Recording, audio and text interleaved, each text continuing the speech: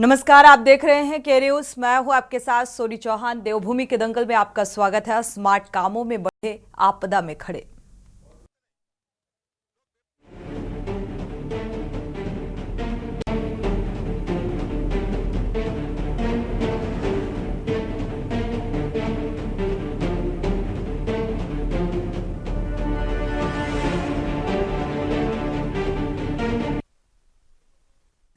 देवभूमि उत्तराखंड में मानसून की भारी बारिश ने पहाड़ से मैदान तक हाहाकार मचा रखा है और पहाड़ों में एक ओर जहां लैंडस्लाइडिंग भूस्खलन की घटनाएं बढ़ रही हैं, तो वहीं दूसरी ओर नदियों का जलस्तर बढ़ने से घरों में पानी और आसपास के कई इलाकों को खतरा पैदा हो गया है। भारी बारिश ने टिहरी, रुद्रप्रयाग, पिथौरागढ़, नैनीताल आदि जनपदों में भारी नुकसान किया है और रुद्रप्रयाग में जगह जगह मार्ग बाधित होने से केदारनाथ यात्रा बाधित चल रही है। हालांकि सरकार केदारनाथ मार्गों को दुरुस्त करने का प्रयास कर रही है, जिससे चारधाम यात्रा पटरी पर लौट सके।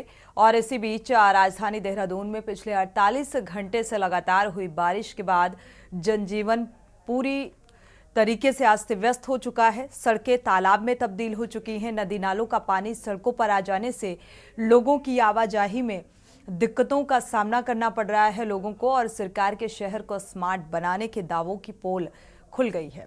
विपक्ष ने भी स्मार्ट सिटी को लेकर सरकार द्वारा किए गए दावों को हवाई बताया है और स्मार्ट सिटी का पर सियासी बवाल के बीच मोदी सरकार ने इंडस्ट्रियल जो स्मार्ट सिटी प्रोजेक्ट है उसकी घोषणा कर दी है। और इस प्रोजेक्ट में उधम सिंह नगर के खुरपिया में औद्योगिक स्मार्ट पार्क बनेगा। 12 शहरों में 28,602 करोड़ रुपए की लागत से बनाने का फैसला लिया गया है, जिसके लिए मुख्यमंत्री पुष्कर सिंह धामी ने मोदी सरकार का आभार भी व्यक्त किया। विपक्ष सरकार के इस नए प्रोजेक्ट पर भी सवाल उठा रहा है और सवाल ये है कि क्या स्मार्ट सिटी के अधूरे कार्यों के बीच औद्योगिक स्मार्ट पार्क का सपना साकार हो पाएगा। आज इसी मुद्दे को लेकर विस्तार से चर्चा को आगे बढ़ाएंगे। पहले आपको रिपोर्ट दिखाते हैं।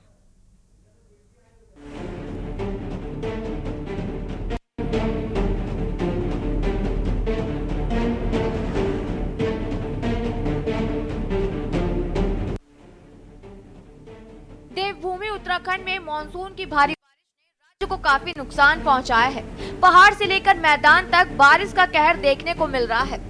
देहरादून, रुद्रप्रयाग, पिथौरागढ़, टिहरी, बागेश्वर समेत अन्य जनपदों में बारिश से जबरदस्त नुकसान हुआ है। आम जीवन बुरी तरह से प्रभावित हो रखा है। वहीं प्रदेश भर में इस बारिश के चलते 70 से अधिक सड़कें बाधित हैं, जिन्हें खोलने का प्रयास किया जा रहा है। इसी बीच देहरादून के कई इलाकों में बारिश ने हाहाकार मचाया है। रात भर लोग डर के साए में जीने को मजबूर हैं। वहीं नदी नाले उफान पर आने और जल भराव की वजह से सड़कें तालाब में तब्दील हो गई हैं। वहीं विपक्ष ने लगे हाथ स्मार्ट सिटी के मुद्दे पर एक बार फिर से सरकार को घेरना शुरू कर दिया है। मार्ग बाधित हुए हैं। मैं अभी खुद ही वहां पर था केदारनाथ में। मार्ग खोले जा रहे हैं, जेसीबी हमारी तैनात हैं। जहां भी कोई लैंडस्लाइड होता है तो जेसीबी उसको क्लियर कर देती है और लगभग अब 15 तारीख से हमारी दूसरी यात्रा शुरू हो जाएगी। स्मार्ट सिटी को लेकर के सरकार ने जो बड़े बड़े दावे किए थे, आप शहर के लोगों से पूछिए ना कि वो कितना परेशान है। जो है जगह जगह ड्रेनेज का सिस्टम बिगड़ा हुआ है। आज तक ड्रेनेज का सिस्टम नहीं बना पाए हैं, नालियों का निर्माण नहीं हुआ है और स्मार्ट सिटी के नाम पर 1650 करोड़ रुपए किस नाली में बहा दिए गए उसका हिसाब किताब नहीं दे पा रहे हैं। और विपक्ष तो लगातार इस मुद्दे को उठाता रहा है, लेकिन सत्ता पक्ष के विधायकों ने भी जो है मुख्यमंत्री को पत्र लिख करके इसके भ्रष्टाचार की जांच कराने की मांग की, लेकिन सरकार इतनी हिम्मत नहीं जुटा पाई कि स्मार्ट सिटी में भ्रष्टाचार का सच जनता के सामने ला पाती। अब कह रहे हैं कि स्मार्ट सिटी बन करके तैयार हो गई है, लेकिन दूरबीन से खोजे हुए भी इस शहर में कुछ स्मार्ट नजर आए तो। लेकिन अब लगता है कि मुझे लोगों को ढूंढना पड़ेगा कि कहां पर ये पैसा लगा है, कहां पर सिटी स्मार्ट बनी है, क्योंकि जो अव्यवस्थाएं शहर में है वो किसी से छुपी हुई नहीं है। जाम का झाम इतना बड़ा है कि जनता को उससे मुक्ति नहीं मिली। हरिद्वार बाईपास पे आप चले जाइए, कूड़े का वो अंबार है कि बाहर से आने वाले सैलानी भी कहते हैं कि कैसी स्मार्ट सिटी है। देखिए, स्मार्ट सिटी का प्रोजेक्ट जब से मुख्य हमारे जब प्रधानमंत्री जी ने एक सपना देखा था कि पूरे भारतवर्ष में 100 स्मार्ट सिटी बनेंगे और उसमें संयोगवश और बहुत अच्छा ये लगा कि उत्तराखंड का जो राजधानी था देहरादून, उसको स्मार्ट सिटी में चुना गया। जिस समय ये 2015-17 की, मुझे लग रहा है 17 में उन्होंने तब सबको लगा था कि स्मार्ट सिटी में जब देहरादून आएगा तो 100 जो शहर होंगे उन स्मार्ट सिटियों में उसमें देहरादून का नाम सबसे अजीब लगा। लेकिन जब से ये हमेशा जब से उत्तराखंड में तो खास तौर पे देहरादून में रही है, जिसके काम पूरे नहीं हुए हैं को लेकर, कभी इसके ठेके आवंटित किए गए उसको लेकर, और कभी इनके जो कार्य किए गए, जो कार्य स्मार्ट सिटी के अंतर्गत किए गए, परियोजना के अंतर्गत किए गए, उसमें उन पे भी प्रश्न चिन्ह उठाए, उनके कार्य की गुणवत्ता पे भी प्रश्न चिन्ह उठाए। तो ये लगातार विवादों में रही है और अब समाचार पत्रों के बजट आया है, उसमें स्मार्ट सिटी के नाम पे अब उत्तराखंड को इसमें और कोई एक्स्ट्रा बजट नहीं दिया गया है। वहीं राज्य में एक और जहां स्मार्ट सिटी के मुद्दे पर सियासत गरमाई हुई है, तो वहीं दूसरी ओर केंद्र सरकार ने स्मार्ट सिटी के बाद अब इंडस्ट्रियल स्मार्ट सिटी प्रोजेक्ट की घोषणा कर दी है। इस प्रोजेक्ट में उत्तराखंड को भी शामिल किया गया है, जिसके तहत उधम सिंह नगर के खुरपिया में औद्योगिक स्मार्ट पार्क बनेगा। केंद्रीय कैबिनेट ने 12 शहरों में 28,602 करोड़ रुपए की लागत से बनाने का फैसला लिया है, जिसके लिए मुख्यमंत्री पुष्कर सिंह धामी ने मोदी सरकार का आभार व्यक्त किया है। वहीं विपक्ष ने सरकार के इस नए प्रोजेक्ट पर भी सवाल खड़े कर दिए हैं। मैं आदरणीय प्रधानमंत्री जी का बहुत धन्यवाद करता हूं कि जो 12 इंडस्ट्रियल कॉरिडोर बनने जा रहे हैं, उसमें से खुरपिया फार्म भी जो है हमारा, जो लगभग 1200 एकड़ ज़मीन पर इंडस्ट्रियल कॉरिडोर के निर्माण की स्वीकृति भारत सरकार ने दे दी है, माननीय प्रधानमंत्री जी के स्तर पर दे दी है। और लगातार हम आदरणीय प्रधानमंत्री जी से जब भी उनका दौरा होता था तो इस बारे में लगातार हम लोगों ने उनसे बात की थी और उन्होंने पहले ही हमको आश्वस्त किया था कि उत्तराखंड के अंदर एक कॉरिडोर खुलेगा। इससे जहां उद्योग तो आएंगे, लेकिन इसमें एक बड़े रोजगार की भी संभावना हमारे लिए रहेगी, एक बड़ा इन्वेस्टमेंट भी हमारे यहाँ आएगा। और ये अपने आप में मैं समझता हूँ कि राज्य बनने के बाद सबसे बड़ा इन्वेस्टमेंट होगा वन टाइम का। जिस भी योजना में केंद्र सरकार के, मोदी सरकार के जितने बड़े दावे, उतना वो फुसबम साबित हो रहा है। और इसकी घोषणा कौन कर रहे हैं? रेल मंत्री अश्विनी जी। अश्विनी जी से मैं कहना चाहती हूँ, पहले अपनी रेल दुर्घटनाओं को तो रोक लीजिए। आज नए तीसरे कार्यकाल में मोदी जी के इतनी सारी रेल दुर्घटनाएं पूरे देश के कोने कोने में हो रही है, और आप एक फिर से लॉलीपॉप या एक गाजर लटका रहे हैं जनता के सामने कि आप इंडस्ट्रियल स्मार्ट सिटीज बनाएंगे, उसमें उत्तराखंड का नाम भी है। और कहीं ना कहीं 28,602 करोड़ से ये योजना धरातल पर उतरेगी। इसमें रोजगार मिलने के भी सपने दिखाए जा रहे हैं, इसमें निवेश आने के भी सपने दिखाए जा रहे हैं, लेकिन कब नौमन तेल होगा और कब राधा नाचेगी ये कुछ पता नहीं, क्योंकि आप तो 5 सालों के लिए सरकार चुनी जाती है। और ऐसे में आप लोगों ने जिस तरह से अपने टारगेट को खिसकाते खिसकाते 2047 तक पहुंचा दिया है, तो कहीं ना कहीं ऐसा लगता है तभी तक आपकी ये योजना धरातल पर उतरेगी। और अभी तो फिलहाल हम 100 स्मार्ट सिटी में से एक को दूरबीन से ढूंढने का कोशिश कर रहे हैं। कुल मिलाकर राज्य में और जहां स्मार्ट सिटी पर बवाल मचा हुआ है, तो वहीं दूसरी ओर मोदी सरकार ने स्मार्ट सिटी के बाद अब इंडस्ट्रियल स्मार्ट सिटी प्रोजेक्ट की घोषणा कर दी है। सरकार का दावा है कि इसके बनने से औद्योगिक विकास तेज होगा। सवाल ये है कि क्या आपदाओं से घिरे इस उत्तराखंड में इंडस्ट्रियल स्मार्ट सिटी प्रोजेक्ट सफल हो पाएगा या नहीं। Uttarakhand test report.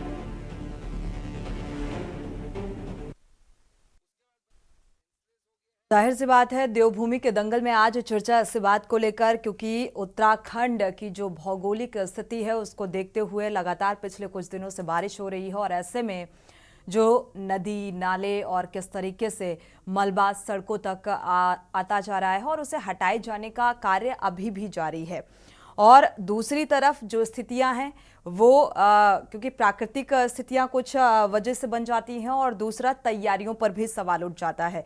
विपक्ष लगातार सरकार की तैयारियों पर सवाल उठा रहा है। अब स्मार्ट सिटी योजना जो है वो पहले ही सवालों के घेरे में थी, और अब एक और घोषणा कर दी गई है औद्योगिक स्मार्ट। तो जाहिर सी बात है, सवाल उठना लाजमी है। हमारे साथ खास मेहमान जुड़े हुए हैं, आपका परिचय करा देते हैं। चर्चा की शुरुआत करते हैं। कमलेश उनियाल जी हैं बीजेपी से, आपका बहुत बहुत स्वागत है चर्चा में शामिल होने के लिए। राजेंद्र चौधरी जी हैं कांग्रेस प्रवक्ता, आपका भी बहुत बहुत स्वागत है इस चर्चा में जुड़ने के लिए। पीसी थपलियाल जी हैं यूकेडी से, आपका बहुत बहुत स्वागत इस चर्चा में जुड़ने के लिए। और वरिष्ठ पत्रकार हैं कुलदीप राणा जी, आपका भी बहुत बहुत स्वागत इस चर्चा में जुड़ने के लिए। शुरुआत बीजेपी प्रवक्ता से करेंगे, कमलेश सोनियाल जी से। कमलेश जी, देखा जाए तो एक बार फिर से इंडस्ट्रियल स्मार्ट सिटी प्रोजेक्ट की घोषणा कर दी है मोदी सरकार ने। स्मार्ट सिटी योजना पहले से ही सवालों के घेरे में चल रही है कि किस तरीके से काम कराए गए, और बजट को लेकर भी सवाल उठे। उसमें भ्रष्टाचार, जीरो टॉलरेंस की नीति पर काम नहीं हुआ स्मार्ट सिटी योजना के तहत। ये तमाम सवाल विपक्ष लगातार उठा रहा है।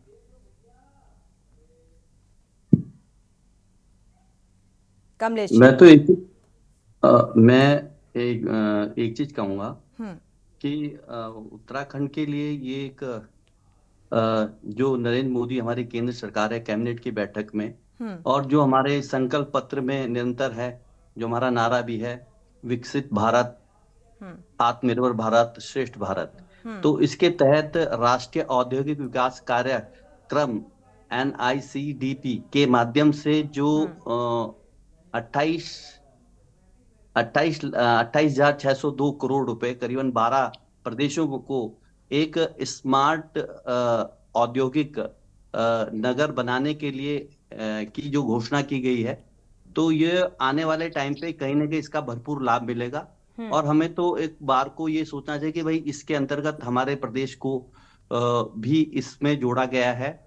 और करीबन अगर प्रत्यक्ष रूप से देखा जाए तो 1.5 लाख के करीब, और अप्रत्यक्ष रूप से 2.5 लाख के करीब इसमें रोजगार की स्थिति बनेगी। और कुछ स्थितियां हैं, जैसे अभी आप बता रहे थे कि क्योंकि हम कहीं ना कहीं बात करते हैं उस विषय को, या जो भी क्रमबद्ध विकास की हम लोग बात करते हैं, या जो भी हमारे मैनिफेस्टो में जो जो चीजें होती हैं, उसको कहीं ना कहीं स्टेट गवर्नमेंट या अपना केंद्र सरकार निरंतर उत्तराखंड को विशेष करके, चाहे वो सड़क के मामले हो, चाहे रेल का मामला हो, चाहे आपका रोपवे का है, या कोई भी ऐसी स्थिति है जो जिसमें कहीं ना कहीं एक चौमुखी विकास की पूरे भारत की हम लोग बात करते हैं, तो उत्तराखंड को विशेष करके केंद्र सरकार का कमलेश जी, चौमुखी विकास उत्तराखंड का हर कोई चाहता है, लेकिन सवाल ये है कि आपदा प्रभावित क्षेत्र है उत्तराखंड, और यहाँ पर स्मार्ट सिटी के कार्य जो हैं वो पहले से अधूरे पड़े हुए हैं अभी, जो कि पूरे नहीं हुए। और एक और घोषणा, औद्योगिक स्मार्ट पार्क बनाए जाने की लेकर 12 शहरों में बनाया जाएगा। तो घोषणाएं करना और जमीनी स्तर पर काम करना, क्योंकि डबल इंजन की सरकार है तो रफ्तार भी उतनी ही तेज होनी चाहिए, इस पर सवाल है। बिल्कुल आप सही कह रहे हैं। उत्तराखंड की अगर भौगोलिक परिस्थिति के हिसाब से अगर प्राकृतिक आपदाएं निरंतर पूर्व की भांति और अभी भी वर्तमान में लगातार चलती रहती है, और उसी के वजह से इको फ्रेंडली विकास की हमारी सरकार या हम लोग जो बात करते हैं, उसी के तहत हमने जो कहीं हम अगर रोपवे की बात कर रहे हैं, केदारनाथ रोपवे की, जिसके लिए जो हमारे मास्टर प्लान के अंदर जो एक बहुत ड्रीम प्लान है, प्रोजेक्ट है, और आने वाले टाइम पे चाहे केदारनाथ में यात्रियों को सुविधा ना हो, असुविधा ना हो, उनको पूर्ण सुविधा मिले और प्राकृतिक आपदाओं से बचकर रहें। इसी क्रम में इन चीजों का आपने, चाहे हम लोग अगर कर्णप्रयाग हाईवे रेल की बात करते हैं, तो अगर इसको अगर एक स्पेशल बड़े बजट के तहत करीबन 90% पार्ट जो है रेल का वो अंडरग्राउंड चलेगा, 10 से 15% ही जो ओपन चलेगा। तो उसमें कहीं ना कहीं जो प्राकृतिक इको फ्रेंडली हम लोग अगर किसी योजना को लागू करते हैं, तो ये दूरगामी सोच है, और इस पर किस तरीके से काम होगा वो आगे देखना होगा, क्योंकि मौजूदा वक्त में हालात जो हैं वो मुझे लगता है सवाल उठा रहे हैं। राजेंद्र चौधरी जी हमारे साथ कांग्रेस प्रवक्ता जुड़े हुए हैं। राजेंद्र चौधरी जी, रोजगार के अवसर, इस तरीके की जब प्रोजेक्ट और योजनाओं की घोषणा की जाती है, जैसा कि भारतीय जनता पार्टी के प्रवक्ता कह रहे थे, और इको फ्रेंडली विकास तो कहीं हो ही नहीं रहा, ना कोई स्मार्ट सिटी बन रही। स्मार्ट सिटी तो सोनी, मैं आपको बताऊं, आजाद भारत में सबसे पहले 1953 में पहली स्मार्ट सिटी बनी चंडीगढ़। भीमसेन सच्चर साहब जो है वो पंजाब राज्य के, संयुक्त पंजाब के मुख्यमंत्री थे, उन्होंने बनाई। दूसरी स्मार्ट सिटी, हमें बहुत गर्व के साथ कह रहा हूं कि उत्तराखंड के सबसे बड़े जननायक पंडित नारायण दत्त तिवारी जी ने बनाई नोएडा। हम्म।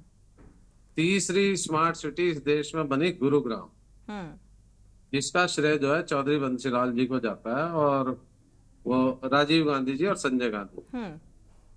पिछले लगभग 11 साल की सरकार में, 11वां साल लग गया, ना स्मार्ट सिटी बनेगी ना स्मार्ट गांव बनेगा। हम्म। ये तो माया अब देहरादून है, उसे आप स्मार्ट सिटी की संज्ञा कैसे देंगे? वो तो ऑलरेडी ब्रिटिश के समय से बसाया हुआ शहर है। हम्म। आप उसका रीस्ट्रक्चरिंग, रीफ्रेमिंग बोल सकते हैं कि साहब हम जो है उसे पुनः विकसित कर रहे हैं, उसका अपग्रेडेशन कर रहे हैं, वहां तक तो बात सही है। लेकिन माननीय मोदी जी लगभग 12-13 साल गुजरात के मुख्यमंत्री रहे, उन्होंने एक स्मार्ट गांव नहीं बनाया वहां। सिटी की बात छोड़ दो, जो इस आदमी ने अपने राज्य में नहीं बनाया, वो देश में कैसे बनाते हैं? रही बात गुजरात झूठ तो बोलने की, पंडित जी बीच में मत, रही तो- बात तो झूठ बोलिए आप। बोलने की, भाई झूठ तो कोई बोल दे। जब स्मार्ट देखो, नोएडा बना, कितना बड़ा रोजगार का सेंटर बन गया। गुरुग्राम बना, कितना बड़ा रोजगार का सेंटर बना। चंडीगढ़ बना, कितना बड़ा रोजगार का सेंटर बना। इन्हें रोजगार थोड़ा ही देना लोगों को ना, गलत, बिल्कुल, बहुत बहुत बिल्कुल झूठ झूठ झूठ। रोजगार से तो इनका कोई मतलब ही नहीं है। इनका मतलब तो हिंदू मुसलमान से है। अभी हमारे यहाँ एक मौत होगी, पुलिस उसे पकड़ रही थी, वो पता नहीं क्या हुआ, वो राजन जी, आपका पुलिस कहना ने है कि मारा, स्मार्ट कैसे सिटी मारा? का जो प्रोजेक्ट है वो फिलहाल जी? उसके तहत कोई काम नहीं हुआ। नहीं, स्मार्ट क्या काम सिटी। होगा? वो तो रेल का जो प्रोजेक्ट है सोनी, मैं आपको उस कर दूं, क्या नाम सही उसमें बताऊं, वो तो मनमोहन सिंह सरकार के समय का स्वीकृत है। सतपाल महाराज जी ने जो है जबरदस्ती कराया था, अच्छा। उसका श्रेय ने जाएगा। अब सारे पहाड़ की सड़कें टूटी हुई हैं, पूछ लो इनसे, क्रेडिट थपलियाल लेने जी की बैठे होड़ हैं। मची है, ठीक है, जो सारी बेहतर। सड़कें टूटी, पहाड़ खिसके पड़े। कहीं काम बताओ, देहरादून शहर की सड़कें खराब है, हरिद्वार की खराब है, हल्द्वानी की खराब है। आज खुद यशपाल आर्य जी बता रहे थे सड़कों का बहुत बुरा हाल है। अल्मोड़ा की आज वो टमटा जी बता रहे थे बहुत बुरा हाल है। हमारे यहाँ हरिद्वार रुड़की की हालत खराब। तो ये विकास कर कहाँ रहे? मुझे तो ये विकास तो लेंस लगा के भी नहीं ढूंढने से दिखाई दे रहा। कहीं आपको दिख रहा हो तो आप दिखा दियो हमें। चलिए, विकास। एक एक एक रेल लाइन बनाने से विकास नहीं है। विकास इस समय सबसे ज्यादा कर्ज अगर बढ़ गया पूरे उत्तर भारत में, तो वो उत्तराखंड के निवासियों पे बढ़ गई। मैं सोनी आपको करेक्ट करूं, इस समय अगर उत्तर भारत में हरियाणा के बाद सबसे ज्यादा बेरोजगारी है तो वो उत्तराखंड में। पलायन सबसे ज्यादा अगर है पूरे जितने भी जो है हिली स्टेट्स हैं, उत्तराखंड में है।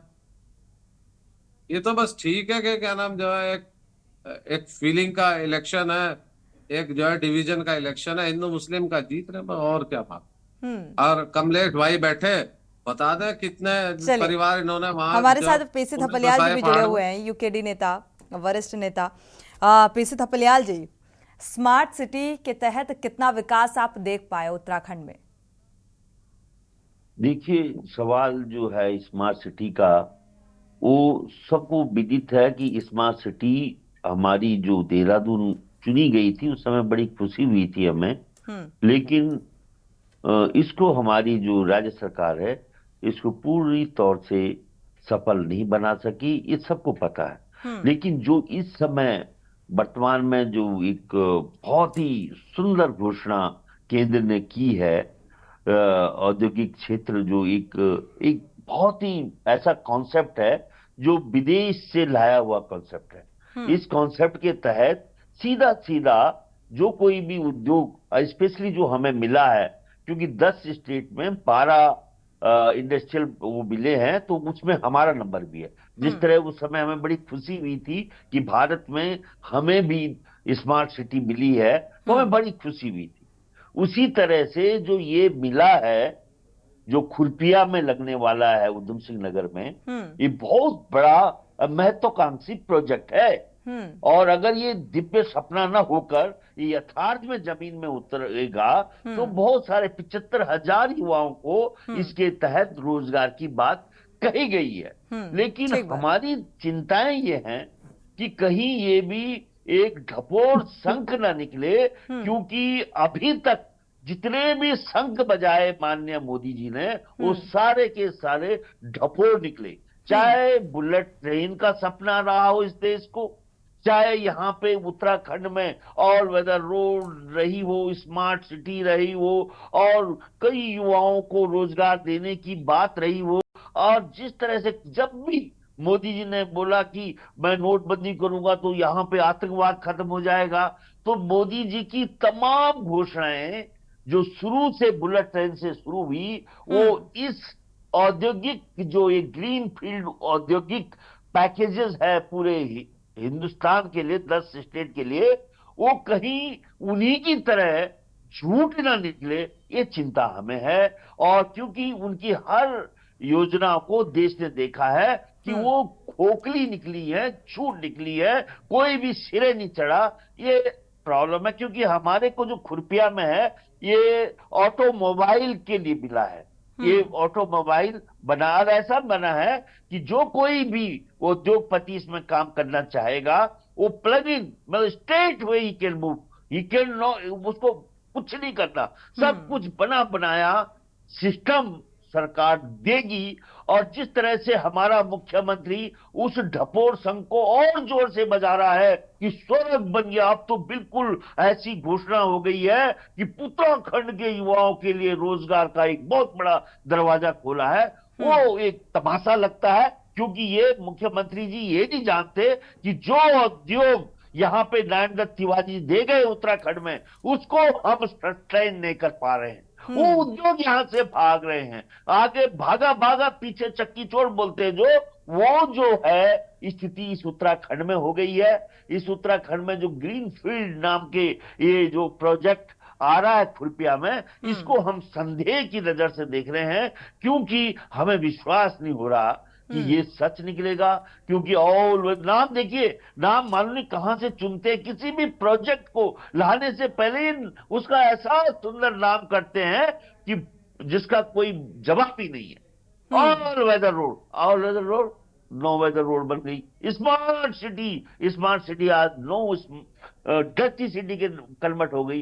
अब ये जो खुरपिया में बनने वाला है, ये खुरपिया में बनने वाला जो उद्योग है, क्या इसमें उद्योग आएंगे, ये सवाल है। या किसी गुजरात के उद्योगपतियों के लिए एक नई जगह, एक नया सोर्स टॉर्च से ढूंढा जा रहा है, और उन तमाम उद्योगपतियों को खुरपिया में लाया जाएगा। हमारी इसमें बारीक नजर है।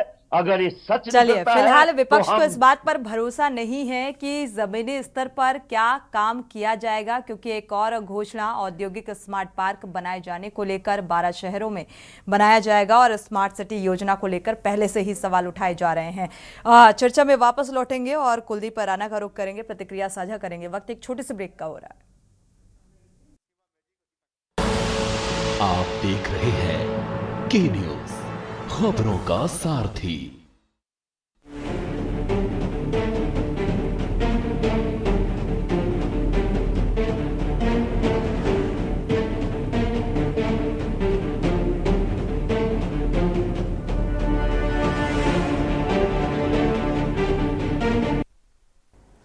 ब्रेक से वापस आ रहे हैं। देवभूमि के दंगल में चर्चा इस बात को लेकर कि विकास यानी कि विकसित भारत संकल्प 2047 का जो लक्ष्य है, वो अगर इसी रफ्तार से काम होगा विकास के लिहाज से, तो क्या वो संकल्प पूरा हो पाएगा। और इसको लेकर सवाल भी उठ रहे हैं, क्योंकि एक और उम्मीद जुड़ती हुई नजर आ रही है। यहाँ पर एक और घोषणा। हमारे साथ कुलदीप राणा जी जुड़े हुए हैं, वरिष्ठ पत्रकार। कुलदीप जी, आपका रुख करेंगे। क्या आपको विकास नजर आ रहा है स्मार्ट सिटी योजना के तहत? आपने देखा किस तरीके से सवाल उठे, जिस तरीके से विकास कागजों में मेंटेन किया जाता है, धरातल पर उस तरीके से विकास किया जा रहा है?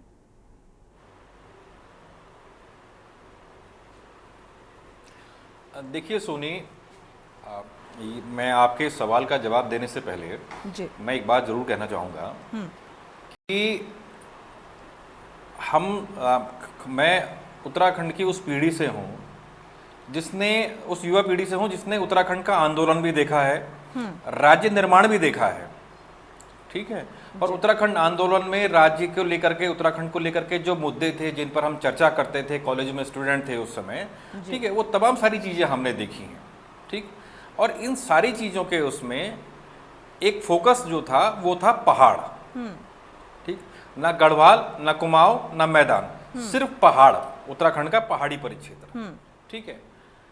यह बात मैं इसलिए कह रहा हूं कि मेरा कहने का कोई तात्पर्य कोई क्षेत्रवाद के आधार पर नहीं है, ये क्षेत्रीयता के आधार पर है, जो एक संवैधानिक व्यवस्था है, क्षेत्रीयता, ठीक है, मैं उसके आधार पर ये बात कह रहा हूं। उत्तराखंड राज्य की जो लड़ाई थी वो उत्तराखंड के पहाड़ी प्रदेशों, पहाड़ी जिलों की जो स्थितियां थी, वहाँ जो विकास था, वहाँ जो काम हो रहे थे, वहाँ जो रोजगार की स्थितियां थी, वहाँ जो सड़कों की स्थितियां थी, वहाँ जो स्कूलों की स्थितियां थी, उन तमाम सारी चीज़ों को लेकर के थे, ठीक है। और ये आंदोलन कोई छोटा आंदोलन नहीं रहा, विश्व के सबसे बड़े आंदोलन में इसकी गिनती होती है, ठीक है। अब हम इस डिबेट पर आते हैं। हम इस औद्योगिक पैकेज की जो हमें उत्तराखंड को लेकर के जो बात हो रही है, इंडस्ट्रियल पार्क को लेकर के, हम इसकी तुलना कर रहे हैं देहरादून की स्मार्ट सिटी से। जी। ये औद्योगिक स्मार्ट सिटी, स्मार्ट पैकेज जो ये पार्क जो बनना है, ये भी उत्तराखंड के एक मैदानी जिले में बनना है जिसका नाम है उधम सिंह नगर, खुरपिया उधम सिंह नगर में है, ठीक है। और जो स्मार्ट सिटी है वो भी उत्तराखंड के मैदानी जिले देहरादून में ही बनी हुई है, ठीक है। दूसरा एक बड़ा सवाल ये है कि अभी तक जितनी इंडस्ट्री आई, इससे उत्तराखंड के जो पर्वतीय जिले हैं उनमें कितना विकास हुआ, चमोली में कितना विकास हुआ, रुद्रप्रयाग में कितना विकास हुआ, पौड़ी में कितना विकास हुआ, टिहरी में कितना विकास हुआ, उत्तरकाशी में कितना विकास हुआ, चंबा में कितना, चंपावत में कितना विकास हुआ, बागेश्वर में कितना विकास हुआ, पिथौरागढ़ में कितना विकास हुआ, अल्मोड़ा में कितना विकास हुआ, ठीक है, हल्द्वानी में कितना विकास हुआ, ठीक।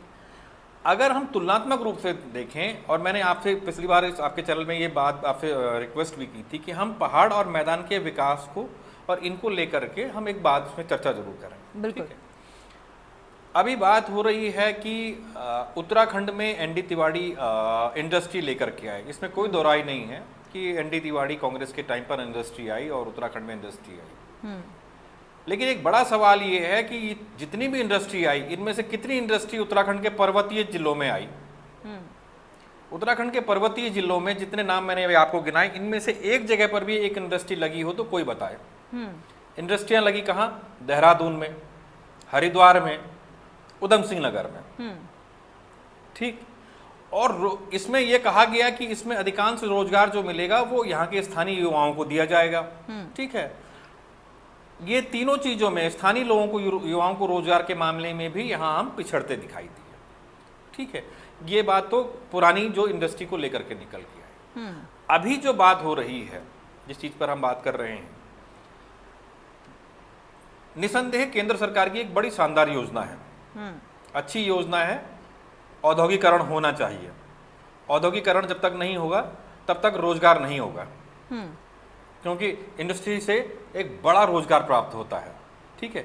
राजस्व में वृद्धि होती है, जिस क्षेत्र में रोजगार लगता है वहाँ की राजस्व में वृद्धि होती है, ठीक है। प्रदेश सरकार को भी राजस्व का लाभ मिलता है, स्थानीय लोगों को रोजगार मिलता है, ठीक है। उसके इर्द गिर्द के क्षेत्रों में स्कूलें खुलती हैं, सड़कें बनती हैं, लोग वहाँ रहते हैं, बहुत सारी चीज़ें हैं, ठीक है ना। चाय की दुकान से लेकर के, सब्जी की दुकान से लेकर के, कपड़े तक की दुकान खुलती है। ये एक छोटे छोटे उद्योग भी खुलते हैं अगर जब एक जगह पार्क इस तरह की इंडस्ट्री लगती है। सवाल है और जो संदेह है उसके पीछे जो बड़ा कारण है वो उत्तराखंड में इन औद्योगिक क्षेत्रों की, इन योजनाओं की, भारत सरकार की इन योजनाओं की स्थितियों की लेकर के है, ठीक है। इंडस्ट्री पर जो स्थिति है वो मैंने आपको बताई। अब बात करें, भारत सरकार की एक बड़ी योजना थी और प्रधानमंत्री का ड्रीम प्रोजेक्ट था स्मार्ट सिटी का, ठीक है।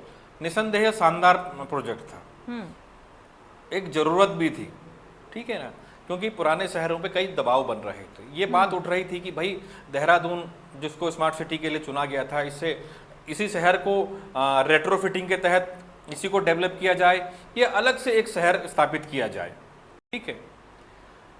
आज यहाँ पर जो अधिकांश लोग बैठे हैं सब देहरादून में रहते हैं, मैं भी देहरादून में रहता हूँ, मैं 2006-07 से देहरादून में हूँ। कल रात जब बारिश हुई अमूमन, ठीक, कल रात की बारिश में हमें 3 घंटे तक इंतजार करना पड़ा बारिश के रुकने का। हमें डर बारिश से नहीं था, क्योंकि मानसून का सीजन है, बरसात तो होगी। हमें डर ये था कि जिस सड़क से हमें घर जाना है उस सड़क से क्या हम सुरक्षित घर पहुंच पाएंगे, क्योंकि सड़कों में इतना जल भराव है, इतना जल भराव है कि 1.5 से 2-2 फीट पानी यहाँ की 2 लेन की सड़कों में है।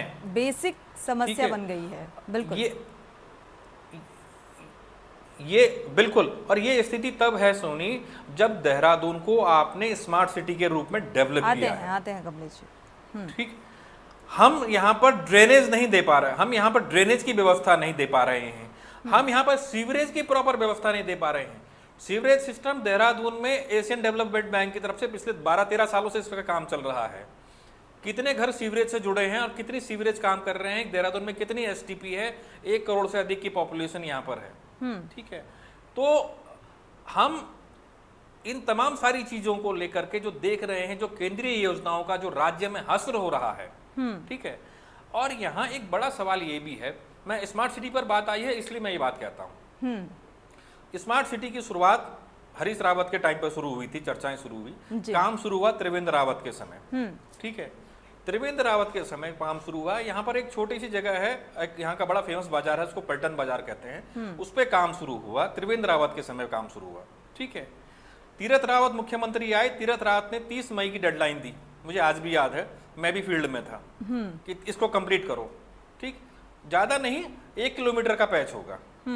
ठीक है, और कुछ 20-21 करोड़ रुपए का वहां पे काम हुआ है। तीरथ रावत आकर के चले गए, पुष्कर धामी आए, फिर पुष्कर धामी आ गए। उस बाजार की स्थिति क्या है? दुकानों में पानी घुस रहा है, नालियां तो बनाई लेकिन नालियों को कनेक्ट नहीं किया।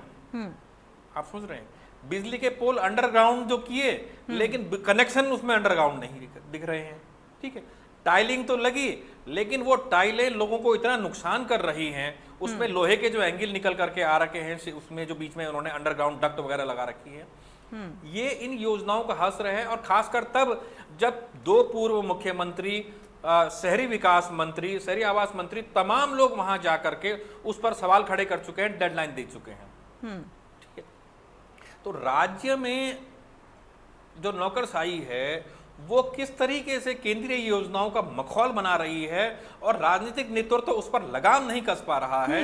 और यही सवाल तो यही है, यही सवाल है कि नो डाउट योजनाएं बहुत बेहतर हैं, और अगर इनमें जिम्मेदारी से काम किया जाए तो मुझे लगता है कि बहुत बेहतर एक तस्वीर बदलती हुई नजर आएगी। लेकिन जब काम ही जिम्मेदारी के साथ नहीं होगा तो आखिर वो विकास की तस्वीर कैसे नजर आएगी और किस चश्मे से नजर आएगी? भारतीय जनता पार्टी अपने चश्मे से विकास देख रही है, लेकिन ये विकास किसी और को नजर नहीं आ रहा है। कमलेश उनियाल जी, आपका रुख करेंगे क्योंकि ये सवाल जो उठ रहे हैं, क्योंकि एक गांव और शहर का विकास कैसे पता चलता है, आप बताइए। देखिए, कोई भी विकास के लिए हम लोग किसी क्षेत्र को चुनते हैं या किसी शहर को स्मार्ट बनाने की अगर हम लोग बात करते हैं तो कहीं ना कहीं कुछ चीजें व्यवहारिकता में रहते हैं। अभी हमारे वरिष्ठ पत्रकार कह रहे थे कि उनकी बात मैं गंभीरता से सुन रहा था।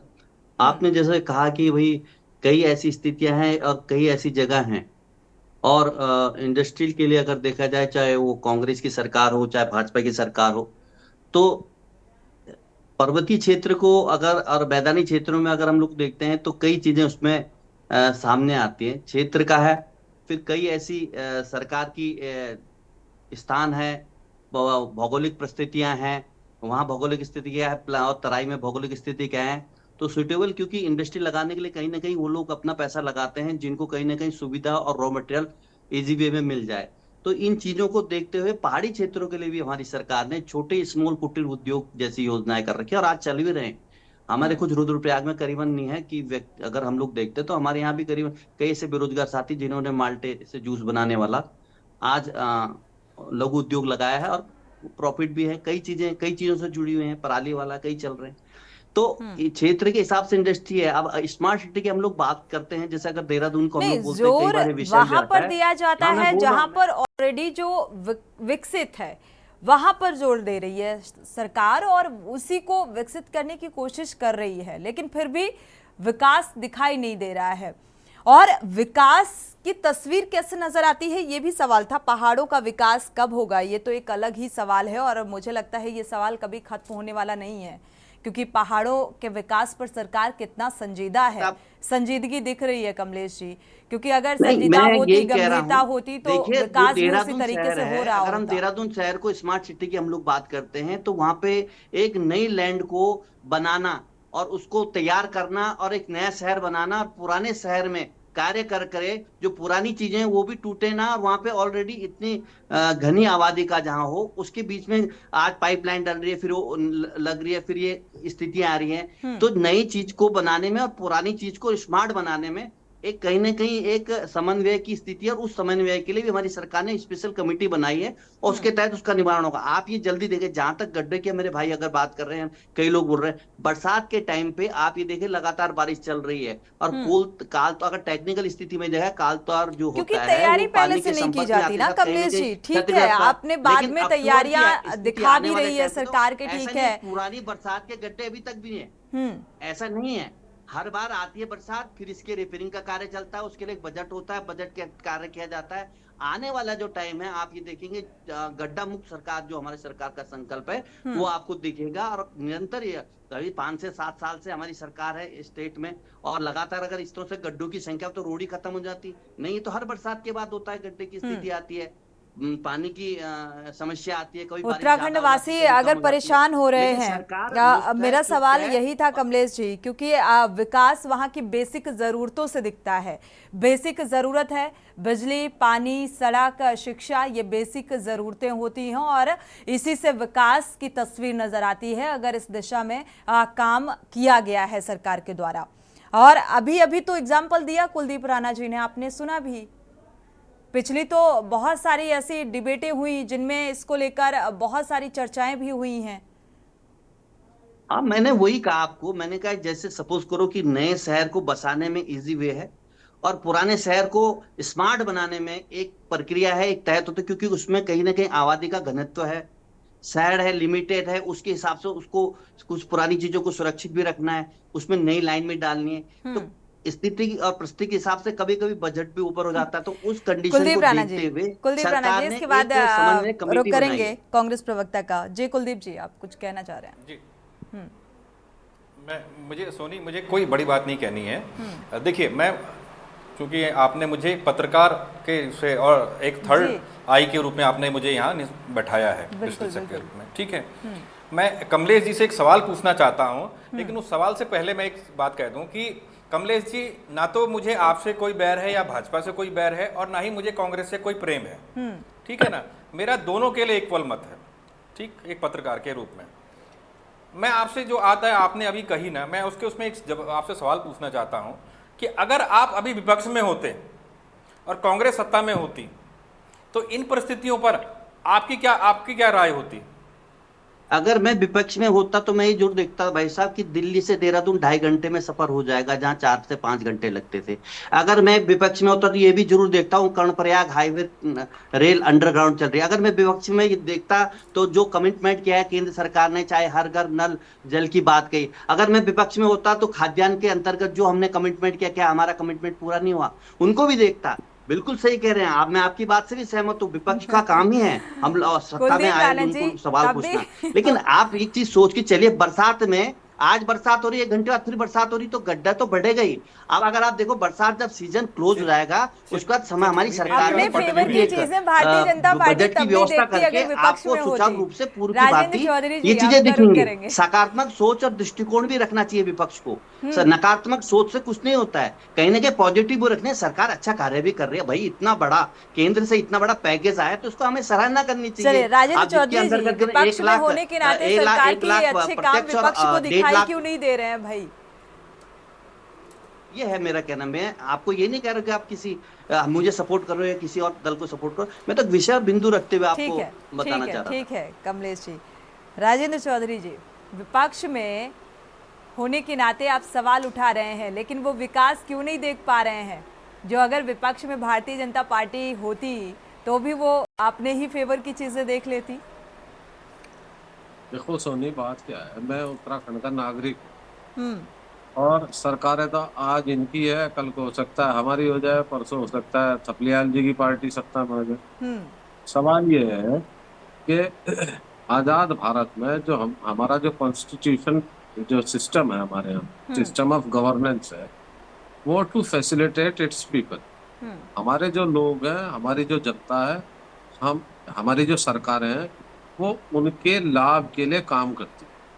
बहुत दुर्भाग्य की बात है कि इस सरकार का सुविधा से कोई मतलब नहीं, सिर्फ ये 5 किलो अनाज दे रहे, वरना इन्होंने इतना लंबा सुआ लगा रखा लोगों के, जीएसटी, फलाना टैक्स, रोड टैक्स। और आप कह रहे सड़क, बात सही है आपकी, सड़क अच्छी बनी, लेकिन यहाँ रुड़की से हरिद्वार और रुड़की से देहरादून जाने के लिए 2 वो है बीच में टोल, आपको 150 रुपए एक तरफ से, 150 एक तरफ से देने पड़ेंगे। गाड़ी का जो रजिस्ट्रेशन पहले 5% था, वो 10% हो गया। और इन्होंने, भाई साहब ने एक बात नहीं बताई, मैं भूल गया। चलो खैर, मैं नकारात्मक बात पे नहीं जाना चाहता, मैं सोनी एक बात कहूंगा जो प्रैक्टिकल बात। इंडस्ट्रियलाइजेशन जिस भी स्टेट में होता है, वो स्टेट की लीडरशिप के फेस को देख के होता है। चाहे वो चौधरी बंसीलाल का रहा हो हरियाणा में, चाहे वो पंडित नारायण दत्त तिवारी जी का रहा हो, और विजन के साथ होता है। सरकार मात्र कपोड़ शंख बन जाए कि मैं ये करूंगी, मैं सरकार ये वायदे कर दे, ये कर दे, और करे कुछ ना, तो उसका सबसे बारीकी से अगर कोई, हमने कोई भी झूठा कमिटमेंट नहीं किया भाई साहब। नहीं, मैं बता रहा हूँ ना, अगर आप इस तरह व्यूवर्स थोड़ा, आप व्यूवर्स को कंफ्यूज करोगे इस तरह की बात कह के, हमने कभी कंफ्यूज करने की स्थिति मत रखिए। हमने जो कमिटमेंट किया, कोई हमने झूठा, अगर हमने झूठा वादा किया तो 7 साल की सरकार में कितना रुपया आया आपके यहाँ इन्वेस्टमेंट? आपका डब्बा गोल हो गया था 2017 में, 14 में आप हार गए, 22 में हार गए। अरे आपने तो बहुत विकास किया, 56 घोटाले किए हैं आपकी सरकार ने, क्या बात कर रहे हैं आप? 56 घोटाले ने जनता ने जवाब दिया है आपको। आप क्या बात कर रहे हैं? विकास की बात अब तक करते, सबने भरी है, उनके खिलाफ कार्रवाई भी की है। आप मेरे कहने का मतलब, अगर गवर्नमेंट की पॉलिसी का सबसे ज्यादा बारीकी से अध्ययन उद्योगपति करते हैं। आम आदमी को तो ये इनके अखबार, सोशल मीडिया ये विचलित कर दें हिंदू मुसलमान। उद्योगपतियों ने पिछले 7 साल में कोई इन्वेस्टमेंट नहीं किया। आप ये सिर्फ अगर इन्वेस्टमेंट हुआ है, जातिगत जनगणना की बात कौन कर रहा है? अगर सिर्फ इन्वेस्टमेंट हुआ तो गुजरात की कंपनियों को इन्होंने जो है हमारे उत्तराखंड का सारा देश जल रहा है, पश्चिम बंगाल जल रहा है। आपके जो यात्रा का जो गठबंधन, इंडिया जो गठबंधन है, बड़े कॉन्ट्रैक्ट है, ऑल वेदर रोड ये टॉपिक ही अलग हो जाता है। सारे कॉन्ट्रैक्ट गुजरात की कंपनियों के पास। अरे आप एक चीज, जो हमारे पास फिलहाल इंडस्ट्रियल एरिया, नेता खुद करते थे ठेकेदारी। नहीं, अगर कांग्रेस ने ऐसा किया तो कांग्रेस सत्ता में नहीं है ना, सत्ता से नदारद है, सत्ता में भारतीय जनता पार्टी है, तो क्या भारतीय जनता पार्टी भी उसी फॉर्मूले पे चलेगी? सरकार के समय सोनी, एक गाड़ी रजिस्ट्रेशन 5% था, अभी 10% है। 10% के अलावा आप सड़क पे चढ़ोगे, बाद में टोल पहले मिलेगा, उस पर कुछ नहीं बोलेंगे। सबसे ज्यादा थपलियाल जी का रुक कर राज्य में दोनों ही सरकारें, कांग्रेस की सरकार के कार्यकाल का अगर जिक्र किया जाए और भारतीय जनता पार्टी की मौजूदा वक्त में सरकार है, और एक लंबा कार्यकाल, डबल इंजन की सरकार, और विकास की रफ्तार को आप कैसे देख पा रहे हैं? डबल इंजन अगर आकलन दोनों ही सरकारों का किया जाए, खराब हो, यहाँ तो दोनों इंजन खराब है। पेशी थपलियाल जी। जी देखिए, हम ये नहीं कह रहे हैं कि भारतीय जनता पार्टी ने काम नहीं किया है, क्योंकि निश्चित रूप से जो चौड़ीकरण सड़कों का हुआ है बहुत शानदार हुआ है। और कैपिटलिस्ट जो फॉर्म ऑफ गवर्नमेंट होती है, उसमें ऐसे ही होती है पूंजीवादी व्यवस्था की, जो सबसे बड़ी समर्थक है भारतीय जनता पार्टी।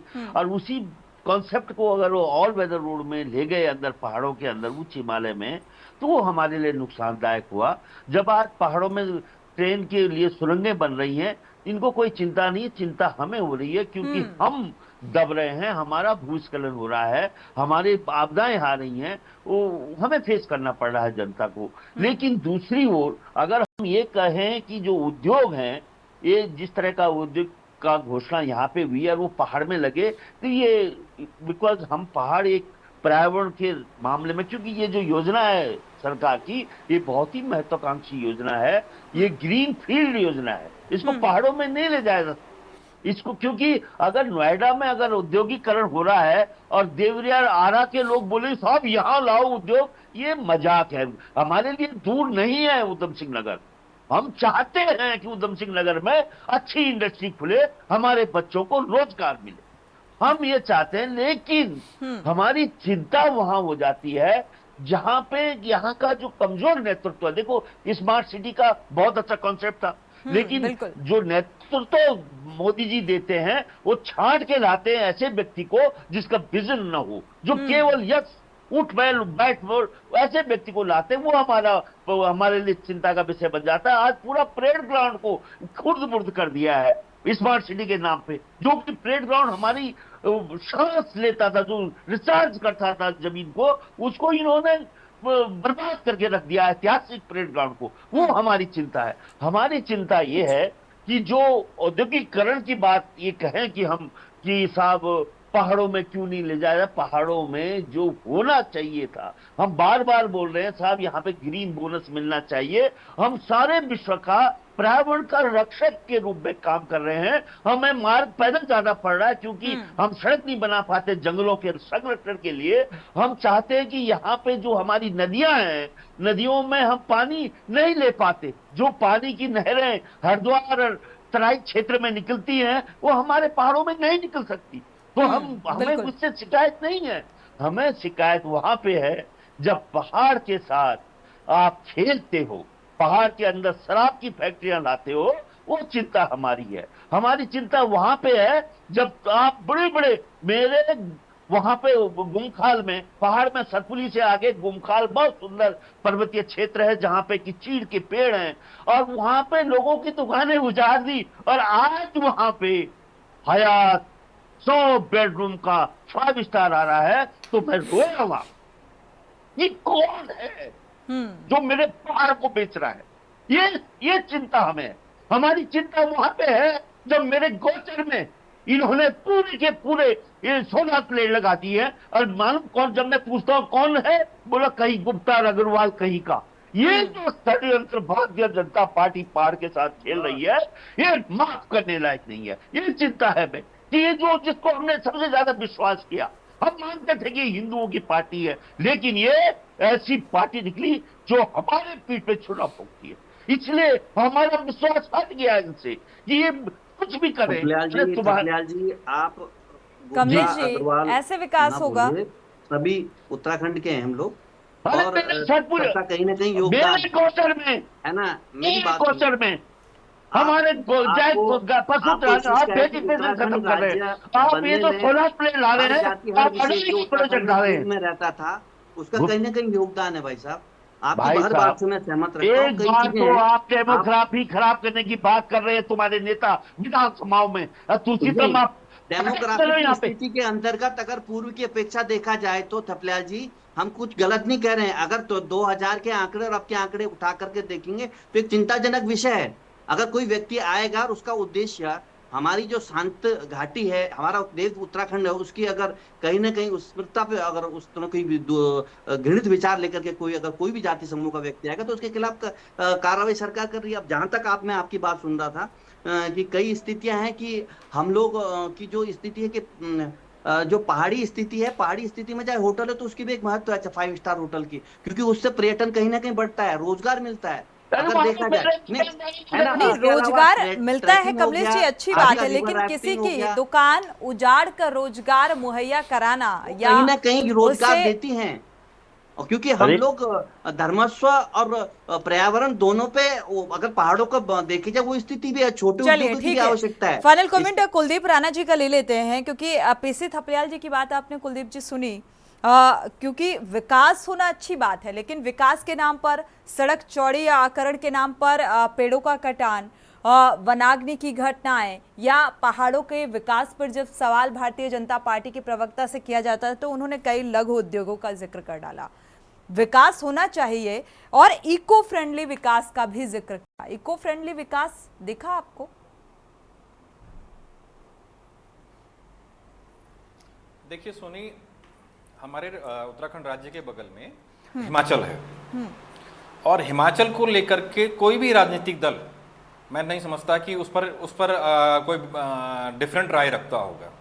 हिमाचल की जो स्थानीय पॉलिसी है, हिमाचल स्टेट की जो अपनी पॉलिसी है, ठीक है, जब ये दोनों हिमालय की शिवालिक श्रेणी के राज्य हैं, एक जैसी भौगोलिक स्थिति, एक जैसी प्राकृतिक स्थिति वहाँ पर है, ठीक है, तो जो स्थितियाँ हिमाचल में हैं वो उत्तराखंड में क्यों नहीं? पहली बात। दूसरी बात, विकास और असंतुलित विकास, ठीक। देहरादून, हरिद्वार, उधम सिंह नगर 3 जिलों में 30 से ज्यादा विधायक हैं, और बाकी 13 में से 10 जिलों में जो पर्वतीय जिले हैं इनमें मात्र 40 विधायक हैं, ठीक है। 10 जिलों में 40 विधायक, एक विधायक को जो विधायक निधि मिल रही है उसके हिसाब से 3 जिलों के 30 विधायकों की विधायक निधि कितनी हुई, और पहाड़ पर्वतीय क्षेत्रों के 40 विधायकों की विधायक निधि कितनी हुई 10 जिलों में, ठीक है। तो ये जो असंतुलन है एक। दूसरी चीज, जो विकास की बात हो रही है, हम कहाँ कितना बड़ा असंतुलन पैदा कर रहे हैं। मैं एक छोटा सा उदाहरण आपको देता हूं देहरादून का। देहरादून के अंतर्गत दून मेडिकल कॉलेज, गवर्नमेंट का दून मेडिकल कॉलेज देहरादून में है। उसी के बगल में इंद्रेश मेडिकल कॉलेज प्राइवेट का, वो भी देहरादून में है। अभी एक नया खुला है ग्राफिक एरा मेडिकल कॉलेज, वो भी देहरादून में है। उसके अलावा एक जॉली ग्रांट स्वामी राम के नाम से मेडिकल कॉलेज है, वो भी देहरादून में है। इसके अलावा ऋषिकेश में एम्स मेडिकल कॉलेज है, ये भी देहरादून में है। इसके अलावा एक और आयुर्वेदिक मेडिकल कॉलेज है जो आयुर्वेदिक यूनिवर्सिटी के कैंपस कॉलेज भी है, वो भी देहरादून में है, ठीक है। एक जिले में, और ये भी 40 किलोमीटर के रेडियस में है सारे के सारे इतने मेडिकल कॉलेज, ठीक है। पहाड़ में कितने मेडिकल कॉलेज हैं 10 जिलों में, ठीक है। बात ये नहीं है विकास, बात है संतुलित विकास की। बिल्कुल बिल्कुल, ठीक है ना।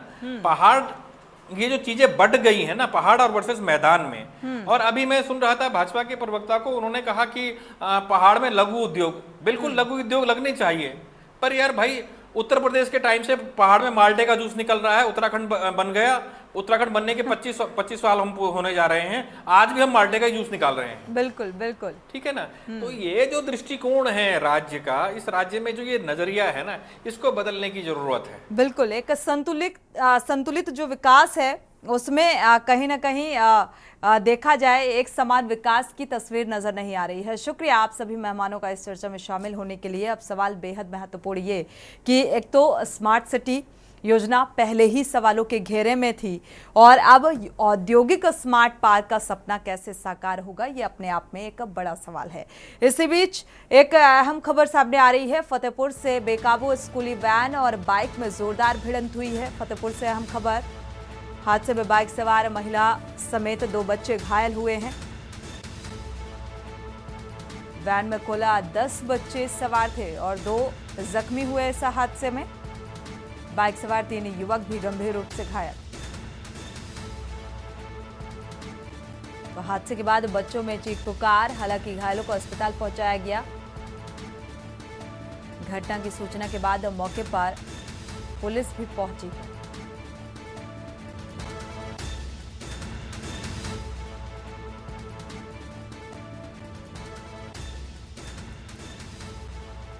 ललौली थाना क्षेत्र का ये मामला सामने आ रहा है, जहां पर यह हादसा हुआ। बेकाबू है स्कूली वैन और बाइक की जोरदार भिड़ंत, 2 बच्चे जख्मी हुए हैं और बाइक सवार महिला समेत 2 बच्चे जख्मी।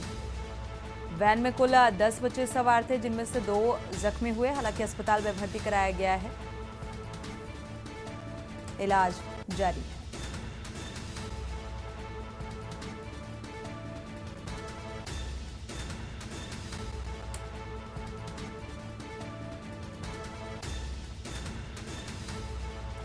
फतेहपुर से संवाददाता महेश जुड़े हुए हैं। महेश, क्या अपडेट है?